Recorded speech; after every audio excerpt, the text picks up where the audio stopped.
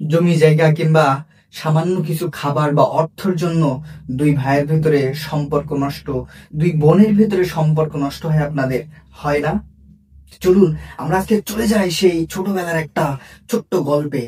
আমরা খুব মজা করে গল্পটা পড়তাম এবং খুব আনন্দ পাইতাম, কিন্তু ওই গল্পের অর্থটা কখনো বুঝিনি, এবং অর্থটা বুঝলেও আমরা এই বড় বয়সে এসে সেটা মানতে পারি না, সেটা মেনে চলি না।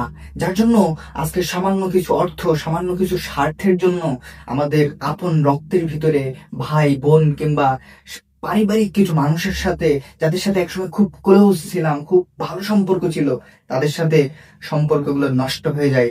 চলুন আজকে সেই ছোট্ট গল্পে চলে যাই। আমার মতো একজন বিড়াল প্রেমিক মানুষের দুইটা বিড়াল ছিল। তিনি ওই বিড়াল দুইটাকে খুব যত্ন করে লালন পালন করে বড় করছিল। তাদের জন্য প্রত্যেক দিনে দুইটা করে রুটি বরাদ্দ ছিল। তারা দুইটা রুটি প্রত্যেক দিন পাইতো, প্রত্যেকজনের ভাগে একটা করে রুটি।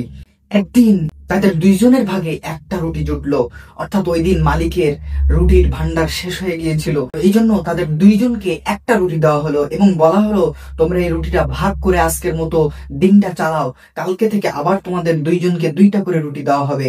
যেহেতু আজকে রুটি ভান্ডার কমে গেছে, সেহেতু আজকে একটা রুটি খেতে হবে, এটাই নিয়ম এসে দাঁড়িয়েছে। দুইটা রুটি দুই বিড়ালকে দেওয়া হলো। তারা প্রত্যেকদিন যেমন সুসম্পর্কের সাথে খেত, আজকেও খেতে বসলো। কিন্তু সমস্যা বাতলো, যখন রুটিটা ভাগ করতে হবে তখন দুইজনের মতের মিল হলো না, দুইজনের ভাগাভাগি পছন্দ হলো না। দুইজন বিড়াল রুটিটা ধরে টানাটানি শুরু করলো, মারামারি করলো, একজন আরেকজনকে ঘুষি দেয়, একজন কিল মারে, এভাবে ঝগড়া শুরু হয়ে গেল।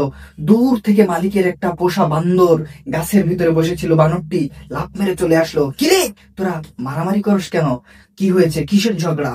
বিড়াল দুটি বলল, মালিক প্রত্যেকদিন আমাদের দুইজনকে দুইটা করে রুটি দেয়, আজকে মাত্র একটা রুটি দিয়েছে।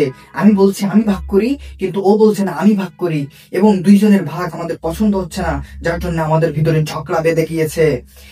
এইটা শুনে বদমাইশ ওই বানরটা কি করলো, বললো, দাঁড়া, আমি ভাগ করে দিচ্ছি তোদের এই একখানা রুটি। সে বলল, রুটিটা তো তোরা মারামারি করে লম্বা করে ফেলেছিস, দাঁড়া, সমান করতে হবে আগে। ঝগড়াটা দুই বিড়ালকে বোকা বানিয়ে এবার বদমাইশ বানর শুরু করলো তার ফন্দি। সে রুটিটাকে চতুর সাইড দিয়ে খাওয়া শুরু করলো, নিজে কেটে কেটে খাওয়া শুরু করলো, আর দুই ঝগড়াটাকে বোঝালো যে আমি রুটিটাকে সমান করে নিয়ে আগে, তারপরে ওটা ভাগ করব।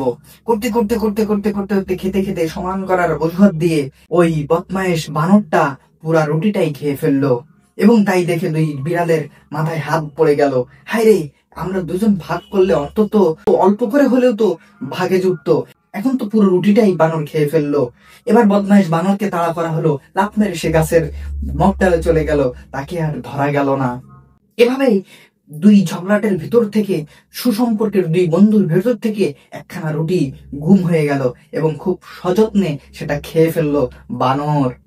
তাই আপন মানুষের ভিতরে মনের ভুল বোঝাবুঝি কিংবা সামান্য কিছু দ্বিধাদ্বন্দ্ব, সামান্য কিছু অমিলের কারণে ঝগড়ায় লিপ্ত হবেন না, মারামারিতে লিপ্ত হবেন না, তাহলে অনেক বড় কিছু পুরাটাই হারায় ফেলবেন, ভাগে অল্পটুকু থাকবে না। এখন ছোটবেলার ওই গল্প থেকে আমরা যে শিক্ষা পাই সেটা মেনে চলার চেষ্টা করি। ধন্যবাদ সবাইকে।